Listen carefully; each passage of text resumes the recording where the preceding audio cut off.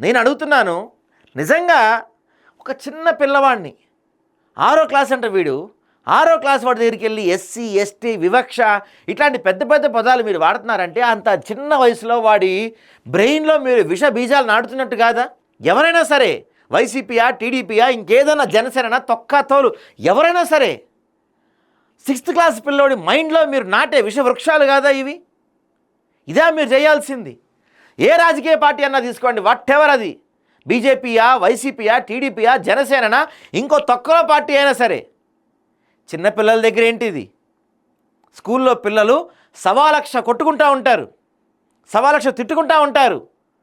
దీనికి మీరు యాడింగ్లు చేసి ఆ టీచర్ ఏమో దొంగల ముఠా అంటే వీళ్ళు దొంగల జాతని పెట్టి కెమెరా యాంగిల్స్ మార్చి మధ్యలో కట్స్ పెట్టి ఎలివేషన్ షాట్లు పెట్టి ఆ పిల్లోడికి ఇదే కదన్నా వివక్ష అంటే అంట.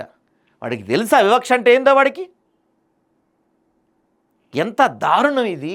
ఏ పరిస్థితుల్లో ఉన్నాం మనం? ఎక్కడికి దిగజారుతున్నాం మనం? పవన్ కళ్యాణ్ ఫిట్ కాదని నిరూపించాలంటే ఇంత దిగజారాలా?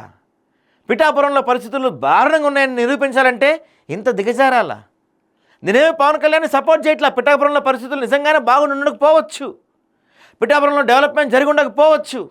వాటి గురించి మాట్లాడండి సార్లు. మీరంతా చిన్న చిన్న పిల్లల దగ్గరికి వెళ్ళి కులాలేంటి, మతాలేంటి, ప్రాంతాలేంటి, వివక్షలేంటి, వాళ్ళది చదువుకునే వయసు, వాళ్ళది చదువుకునే వయసు.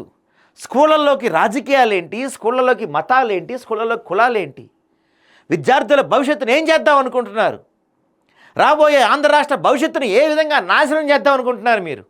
ఎవరైనా సరే, అది మీరు ఎవరైనా కానివ్వండి, ఏ పార్టీ అన్నా కానివ్వండి, మీ రాజకీయాలు మీ దగ్గరే పెట్టుకోండి, కొట్టుకొని సావండి.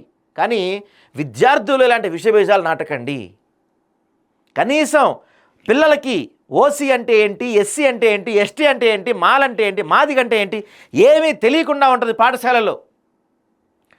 ఒకే క్లాస్ ఉంటుంది, ఎస్సీకైనా ఎస్టీకైనా బీసీకైనా ఓసీకైనా ఎవరికైనా ఒకే క్లాస్ ఉంటుంది, ఒకే బోర్డు ఉంటుంది, ఒకే సబ్జెక్ట్ ఉంటుంది, ఒకే పాఠాలు ఉంటాయి, వాళ్ళకి పెట్టే భోజనం ఒకటే ఉంటుంది. స్కూళ్ళలో ఎక్కడా కూడా ఇంతవరకు వివక్ష లేదు. మీలాంటి వాళ్ళు వచ్చి ఆ వివక్షను తీసుకురాకండి. మనకి పాత రోజుల్లో దూరంగా కూర్చోబెట్టేవాళ్ళు.